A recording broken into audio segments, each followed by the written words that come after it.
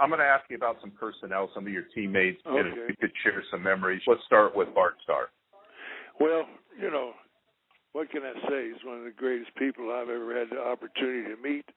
He was a great leader and a great player, and he's just a joy to be with.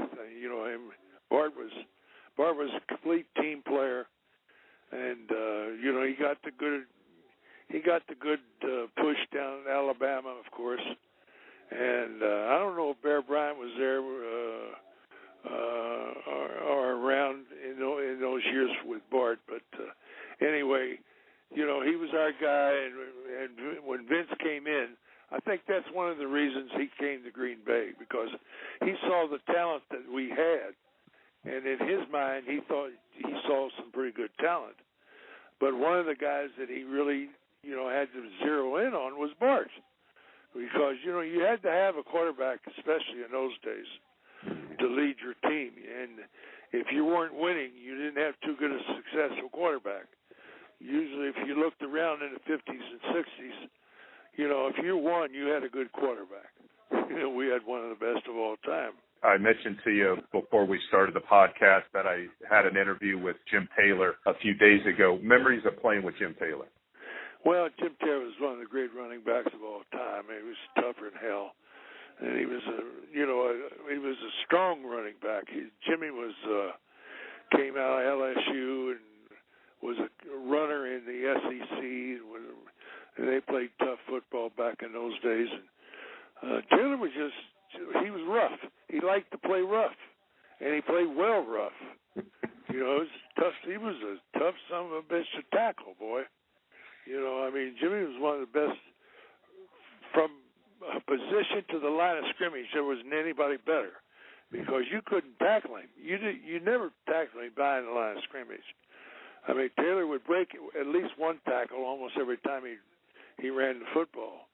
But he was one of the best of all time. There's no question, and he enjoyed it. And he loved playing the game. And it was a joy to play. We played well together, Jimmy and I.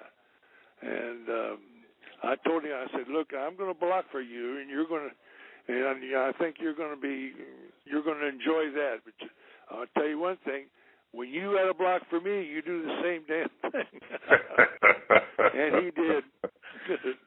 Former offensive lineman, it all starts up front. And, man, did you have some incredible talent up front. Well, we sure did. And I'm very, very happy to be able to tell you that this is a very special year. I go back to the Hall of Fame every year, Canton, Ohio. And I'm going back this year because Jerry Kramer, our great, right guard, playing alongside of Forrest Gregg, who's also a Hall of Famer. And Jerry's going in the Hall of Fame this year. And, we've been pushing and shoving and talking about getting Jerry in for many years. And all those years that he never got in, we all knew he deserved it.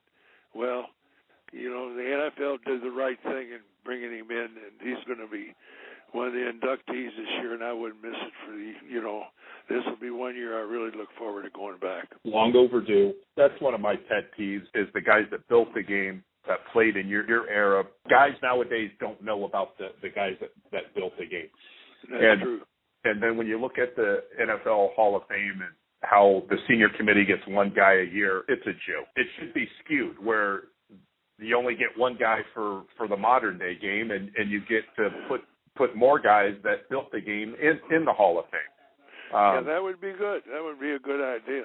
It's such a travesty, and it's so long overdue. A couple of things I asked Mr. Taylor when I did an interview with him was being in that huddle with all guys are out on the field, and Hall of Famer here, Hall of Famer here. What an incredible huddle that was. It really was. With the talent. When you look back on it that way, it's just, it's amazing because we got, Forrest Gregg, and we got now Jerry Kramer. And Skoronski, everybody's always pushed him. Bob played at Purdue and was an All-American there, and he was a great lineman. He's on the left side, and we had a tight end that really should be in the Hall of Fame, Ron Kramer.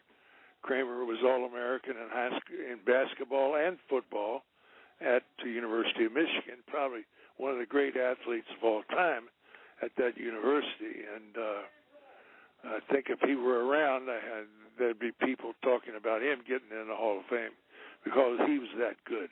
He was the best tight end in pro football for 8 or 9 years, for heaven's sakes.